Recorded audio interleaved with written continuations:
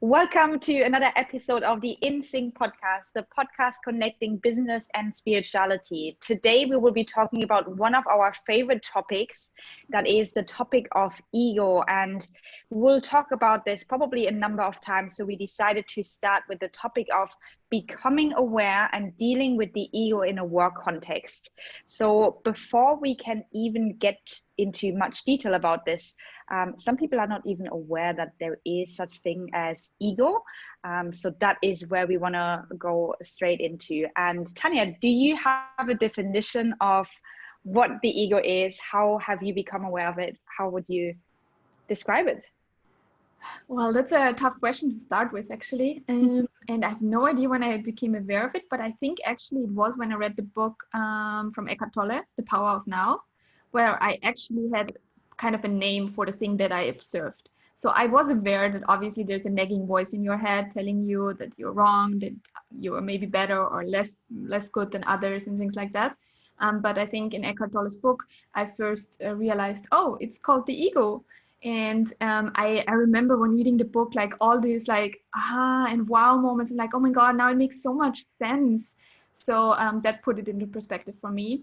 And for me, it's basically, yeah, it's like the counterpart to the inner self and then my true essence. It's something that wants to make me feel right all the time, wants to make me feel better, but at the same time wants to make me feel bad, which is a weird sense of describing ego, but I think this is it for me. But at the same time, it's also a driving force for me because it makes me feel right. And yeah, so no high quality research answer what the ego is for me, but that is my definition. What is yours? I like it. Yeah, I mean, what I wanted to say about this, I think, a lot of people, they speak about ego, and I talked about this before as well, or I said, oh, my ego, blah, blah, blah. But I totally agree with you. Only when I read The Power of Now with Eckhart Tolle, that is when I fully understood what an ego actually is. Because how often do we hear people saying, oh, my ego, this and that? But I don't think people really think about what it means. And just for everyone's benefit who haven't read the book, basically the way he describes it, I would say, is he's making a very clear differentiation between yourself and the ego. So he sees it as almost two separate things. And I felt like before, or I at least before saw it as kind of the same thing. So the ego is me. And now I realize the ego is actually not me. The ego is almost like, a second personality sort of thing. I would almost go with your definition of the ego. It's something that makes me always want to be in the right. And it's kind of that nagging voice that always tells you, you should handle this that way to make you feel better about yourself, to make others feel bad. To be that judging thingy in the background. It's very annoying. But it's actually funny because if you say in a work context, oh, he has such a big ego, I'm saying he because mostly you describe a male person there. It's actually not the ego like I understand it. It's more the arrogance thing, and it's like a sense of entitlement, right? That's we describe in the common sense as an ego. But actually, if you really research it and go a bit deeper, it's actually something different. It's just like one character trait, I think, that is shown and that is very negatively, described in the regular context, so to say. But I mean, when I grew up, there was always like, big ego, especially when it comes to powerful men, right? But it wasn't the thing that they have a voice in their head that is telling them they should feel better, right? So exactly, that's what I mean. Like, I feel like people, they didn't, maybe this is just me because I read the book, so I see it differently now. I see it as separate things, but I think most people see it as one thing, like there is a big ego and that is that person, without realizing it's just a temporary form, state of mind or so. So, okay, what was your first thing when you realized or when you spotted it within yourself that your ego is actually speaking and not your true self? Oh my God, such a good question, right? Like it's so difficult to pinpoint when I first became aware of it. I think personally, I've been very aware of my thoughts and feelings for a long time, but I was really struggling for a long period of time to put a name on it, on everything that I've been feeling. So that feeling of ego, I think I was aware of it for quite a long time, but I always, yeah, it's a good question, but I just didn't think it's the ego, but I did recognize that it's something that I should not always listen to, and it's something that is not, it's not a good thing to wanting to be judgmental about someone also. So I didn't, let's say I didn't let it carry me away. And then since I know, okay, this is the ego, or since I call it the ego, I see it as completely different things. I think it's funny, And especially, sorry to interrupt. I think it's especially between the two of us, how we do it. It's like calling each other out on the ego and loving about it. that. So obviously one of the recipes towards it is being aware that it's speaking, but I love it how you can like just separate the things then. Oh, it wasn't really me, it's my ego speaking. And then you just make fun of it instead of getting this absorbent feeling like, oh my God, you know, these feelings are me. No, it's not, it's my ego. It's fine, you know, it's whatever. She's saying again, you know. Yes, exactly. I love that as well. How we do that, and when has that started? I think only just a few years ago or so. Well, just but I think so. The first step is probably becoming aware that there is such a thing as ego, and that you don't mistake that for yourself. It's like a separate entity. In your mind, and like when it's the two of us, for example. Yeah, your nagging roommate. That so when we two like negative energy all the time. Yeah, like when we communicate sometimes, right? And it's funny because I hear, I mean, you spot your ego most of the time. I spot mine most of the time. But sometimes we point each other out on this, and it's like, or we say, like I remember there was one situation where I said something like, like I know this is not like right to say, but my ego feels hurt, so I'm telling you this. And I also say that, oh, my ego loves that, you know, if you compliment things and stuff. But I feel what I observe with the both of us, where because we are aware already, so it's not like our deep thing of like having issues or wanting to make others feel bad, or that we are not celebrating other successes, which are like certain things of showing ego. I think for us, that's just my perception of it, both alike, is more the sense of still feeling that we are sometimes better than others. So I feel that we like that's sometimes shown in the both of us in personality traits, that, you know, we just think, okay, yeah, I'm better, or like, you know, this person is not in my league or something like that, which I spot then obviously as ego, and you as well. But that's the one thing I see between us that we still may be struggling with. I mean, I don't know. Yeah, I agree. I agree with you. And you know, I think it's not just us. So everyone has it, right? The only difference is we are highly aware of that. And actually, the other day I was thinking, it now has started to present another challenge to me, because I think you probably feel the same. So because I'm so aware of my ego, I'm trying to not let my ego speak. Yeah, of course. But there is situations where I genuinely have some input on, and I want to comment on something. And because I'm so aware of how ego can show, I'm always asking myself, can I say this and like give this genuinely, you know, good input that might help that person, or will it be perceived as ego? And then I'm thinking, you know, this is really that's really that's really a challenge and a bit annoying, because like maybe I'm also now holding myself back from actually having a good discussion, just because I feel like I don't want to come across as ego driven. Yeah, but that also defines who you talk to, right? We had this discussion also. It's for us, because we both love the topic of ego. We can call each other out on it, and we can comment on things. And I'm not hurt if you're like hurting my ego, because, you know, I'm just like, it's ego. But of course, this becomes super relevant if you're talking to people that have an ego and are not aware of it, and are really, not aware what it causes to them. So they want to protect themselves, and they you know, that's a problem in discussions. But, you know, I think we are surrounding ourselves pretty much a lot with people that are at least to some extent aware, and that makes it way easier. Yeah, So let's talk about what can ego even cause, because some people might listen to this now and they think, okay, these two, you know, they have two different personalities, whatever. But why would people even want to become aware of it? And yeah, like what is the game-changing factor? Because there was clearly a game changer for us becoming aware of it and managing it. Reading. So let's talk about that. Yeah.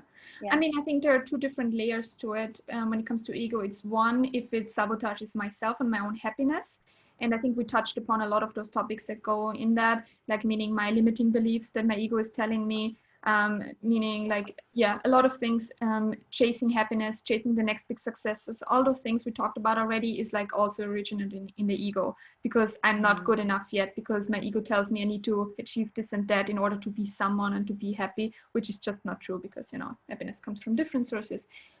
So that's one layer, and the other is how it obviously affects also your relationships and your work and everyone you surround yourself with. Because if you constantly seek validation and you want to feel better, you pick fights, you hurt other people, and you're just not aware what you're consciously doing, just because your ego is telling you this and that.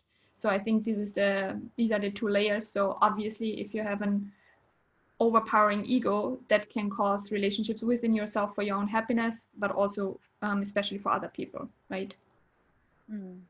Yeah, so yeah, you're making a good point what you're saying about the limiting beliefs and all of this mindset stuff that we are talking about, and that's so important to get right.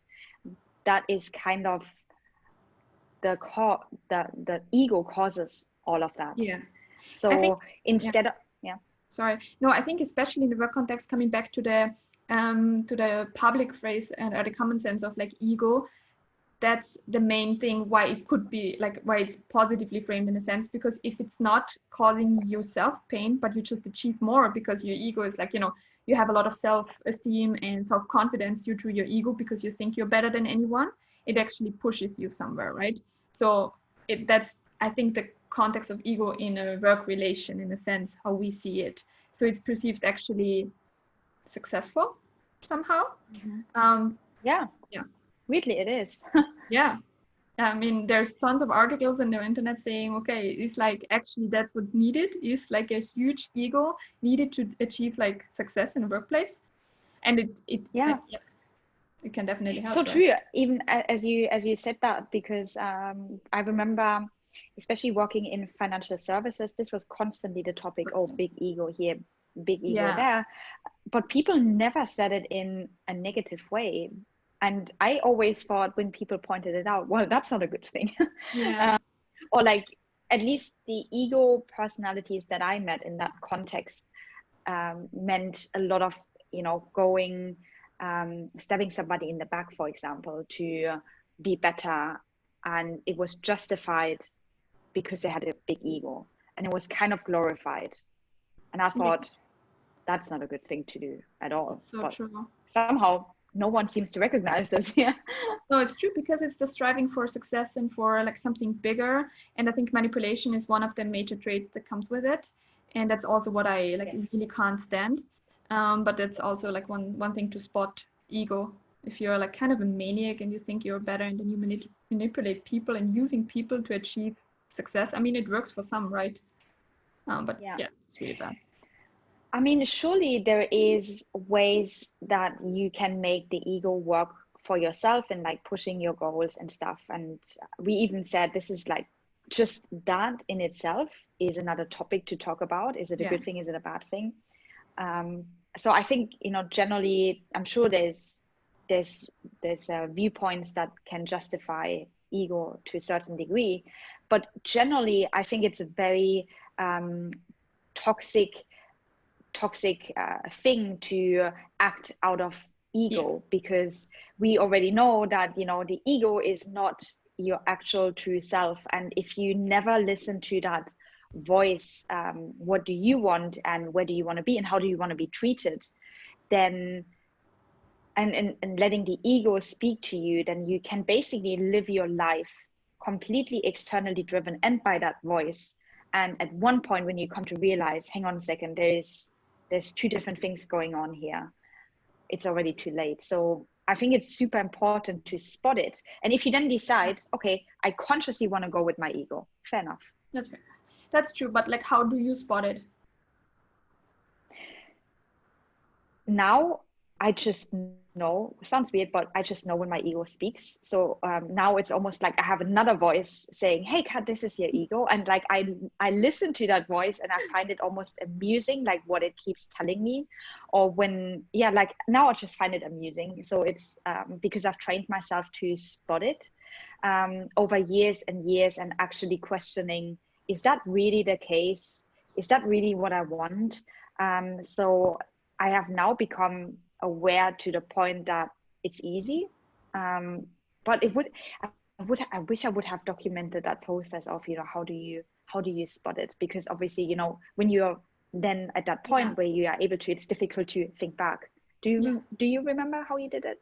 I mean, I think it's, I know not how I did it, but obviously I'm also more aware now. But one thing that is still showing me is, again, when I'm listening to my body, right? And it's mostly if this fear is coming up. So if I'm acting in fear of like losing something, or I'm like, mostly it's losing, or like feeling a threat in my, personality power, whatever someone wants to, diminish myself or something, then I'm like, oh, okay, that's an alert. That's like the ego like acting out there, because why would someone want to make me feel bad consciously and stuff like that, right? So that's like trying to protect me. It's like, okay, chill, ego. So I can feel it in my body, if I'm feeling like in my stomach, mostly if it's fear related. So yeah, that's something I'm still aware of. That's, by the way, a good point that you're making there. Sometimes when the ego reacts and you realize that, you have to, like, a good way to do it is to ask yourself, does that person consciously want to hurt me? Or maybe they just genuinely want to help me, with that statement or what they are trying to get across. And just because it's not what you want to hear in that moment doesn't mean that they are trying to attack your ego at all. They just want to help you. True. And that's the first thing. And also, if so, what, pick your fight. Yeah, exactly. If someone is doing that, then they have more problems, right? So they are fighting with themselves. Otherwise, they wouldn't. Like the same what you said before. You would never consciously say something bad to someone because you want to hurt the person. No, you act out of the best interest. So if I want to, like, if this person is saying something mean, then they probably are hurting in there, right? So why should I react to that? Yes. And by the way, just on that, because it was so recent, like one of the situations where I had that, can I even say that? Or like, I don't want to come across as ego or like want to hurt anyone's ego, was yesterday when I left you a voice message in the morning, or we were messaging about a topic that you were telling me about in your work context. And I had something that I wanted to share with you based on my experience. And before I shared it, I thought, I hope she doesn't see it as an attack or so at all. Me. No, but like, just I was just thinking, like, hopefully she sees it as me genuinely just trying to get an experience across. And I know now, I know you did by your reaction, but I'm just trying to tell how my brain now works. It's like, I want to share something, but I'm so aware of that freaking thing, ego, that sometimes I now don't share things anymore. And I don't know, maybe I have a very high sense of awareness that other people don't have, but I think that's also like now a challenge of becoming hyper aware of yourself. Yeah, but again, we had the same discussion where we talked and where you 100% assured me, like, no, that's not your ego. When I won this award, like, or when I got this like named 100 most influential businesswoman in Austria, and I was like, okay, should I mean, so true. It's cool, right? Yes. But do I feel like entitled now? Do I feel like someone better? Should I brag about that? Should I post about it? So I was so like conscious about like, okay, how do I react right to this? Instead of like bursting with like joy and happiness, I was like, wait, how can I do it without offending anyone, without making others feel like, oh, she's bragging about this accomplishment, or oh, she thinks she is someone now, like, which is like really sad actually. So obviously I have great friends like you who emphasized, oh my God, this is dope, girl. Like, just celebrate yourself. You achieved something huge here. And I'm like, yeah, right. Can I be happy about this? This is so weird. So yeah, I 100% agree. We're so aware what, we can actually picture to the outside and how others perceive us. So we're like diminishing sometimes our lights. Yeah. And I think it's really a challenge. And nevertheless, it's super important to become aware to start with. That's the main thing, because that's when you start being able to shake off like your limiting beliefs, and you question like, what do you actually want to do in life, and you can set a direction for your life that is not driven by ego. But then again, like it does come with other challenges, where I don't personally have the answers to yet as well. I think just talking about it in a work context, why is it so dangerous, and why I also think there just needs to be more attention to it, is because I was obviously in a very competitive environment, but I've also seen it in startups, especially when founders think they need to do something for the sake of it, and they take on money, and they want to like scale the next unicorn and all of this. So there's a lot of ego also in that startup environment. Yeah. And I just, having seen it in both industries, I just think it's not healthy to be guided and set the direction for others as a leader, as somebody who is managing people, and who's influencing people based on an inner voice that isn't even true, that doesn't even have the purest intention. If the ego would have the purest intentions, like, I just want to have, bring good to the world, fine, but it wants to bring out the worst in people. And therefore leaders who have an ego and they're not aware of it, and they're leading with that is when it becomes really toxic, because nothing good can come out of it. Yeah, that's it's true. Not the purest intentions. But that goes also back in terms of what we perceive as ego in the workplace in a common sense, because for me it's also this maniac driven thing, this hunger for fame, for status, for money. And again, I would love, I think we could do an extra episode, the differentiations between, like, the differences between women and men in terms of ego, because I think both react completely different or act upon it completely differently. But I mean, we both saw in different contexts how it is, and how especially guys in the forefront act for, like, just for their own sake. And even if they're aware, it's just they can't do something else because they think so highly of themselves. So they just go because their status says it, or because they have this high perception of themselves they want to keep upright. They can't say, hey, I did a mistake there, or I did something wrong, I should stop. They just run against the wall basically with it. And we saw that multiple times in different organizations, right? Yeah, and I have to say, I did see it in a lot of women as well. Really? Like that way? yes. Interesting. Mm-hmm. I spotted ego as well, but in different ways, to be honest. It's like, it's like we should do an extra episode for that next year. Yeah, I mean, I saw it quite a lot. There's one, it's actually funny. So there's one guy who introduced me to Eckhart Tolle, a colleague at work, and we were, Gabby, if you're listening to this, you really changed my life with this book. We were on a very, very, very demanding project. This bank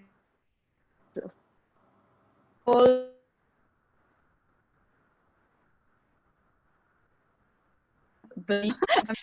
Oh no.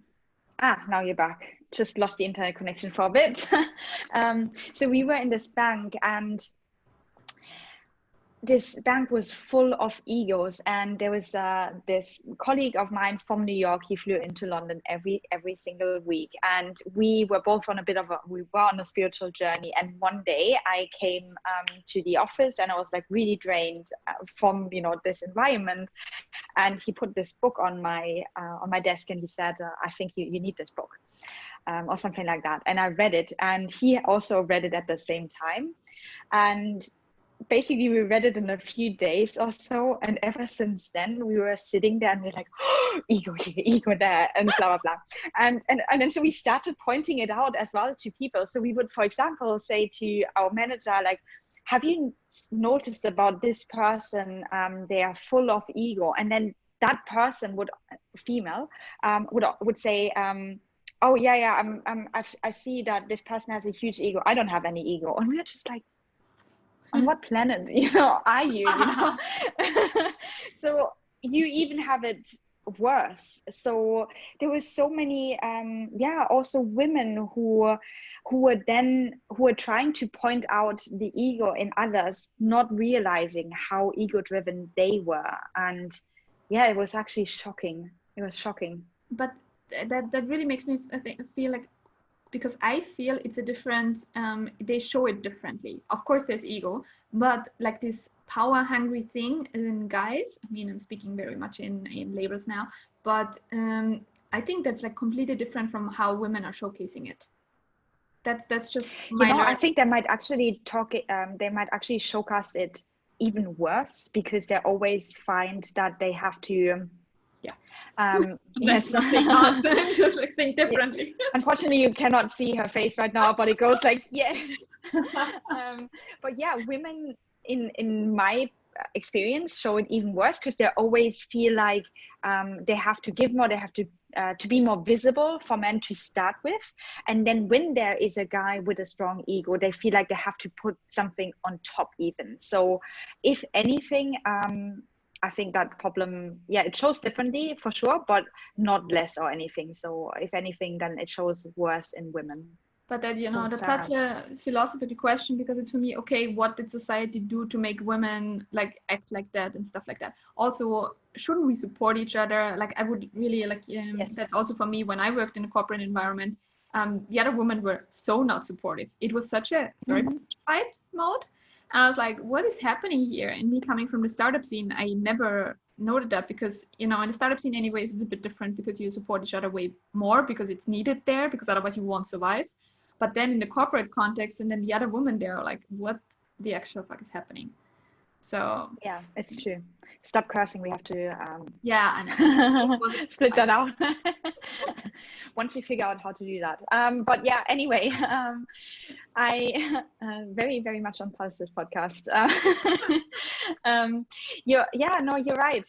It's like women don't really support other women as much as they should. It's actually really sad. And yeah, it comes from it's ego driven, and then it's obviously other factors play a role in that. So for example, most women don't feel like they are enough, and therefore they feel like they're lacking the capacity to support others because they're not enough, etc., all of that. Of course. So of course. And also society makes you believe, and you can't be in leadership positions, so mostly women need to fight harder, because being in the organization that I am, empowering women, actually our claim is we want more women in leadership roles, because we believe our feminine powers are actually those traits are needed, especially now during like corona times and stuff, where we see we need a better and a more human approach towards leadership. But then again, if society and all the constructs and structures we made is turning us into like that people, so to say, because we need to fight even harder to get our positions, then it actually goes all wrong, right? So it's just, right. As I said, I don't have any answer. It's just a very philosophical approach towards it, so to say. Yeah. Like, why are we doing this? If anyone has the answer, please tell us. Exactly. But yeah, I mean, so like I think the title should say then also the second part is like how to deal with ego in the workplace. So I don't know if you have any experience, because for me, I mean, I left the companies where I didn't feel I belong because of this work context of other women. But what is your experience? How did you deal with like ego, and especially managers or also other team members? Yeah, good question. I mean, once I've become aware of it, it was a bit easier for me to not take it personally. So when I was exposed to certain situation where people were maybe a bit nasty, or I couldn't quite understand where they were coming from, I was always putting that lens of, okay, there might be an element of ego speaking out of this person. So I just take the facts as they are and don't read too much into the message, you know, they give you with their expression and how they speak with you, basically. So trying to separate the actual message from all of that crap that comes with it. So that is how I learned to deal with it. I then obviously dropped out of that corporate environment. What I do now, working like being the leader of my company, is I'm being very open about this topic of ego with everyone that I work with, even, yeah, like, or with my friends even. So the way I speak to you, the way I also naturally speak with other people. And it's weird because people are not used to it. But I think it's the easiest way to shed some light on that whole ego thing and make it very clear that there's two different things. So what I would say is anyone who is in working in a big company still can manage that process by differentiating what's going on and like differentiating the message from the crap. But if you are in a position where you feel like, okay, I have some influence in this organization, then start addressing that topic with your peers, with your manager, and highlighting the importance of it. What happens when you ego-driven leadership, how it affects other people. And yeah, if you're in a leadership position, then I would definitely recommend to speak about it as open as we do. Yeah, I mean, honestly, like the number one advice of this podcast should definitely be just read Eckhart Tolle. Also, like not even the first, like a lot of like all the other books he's writing as well. It's like so interesting and actually making you aware.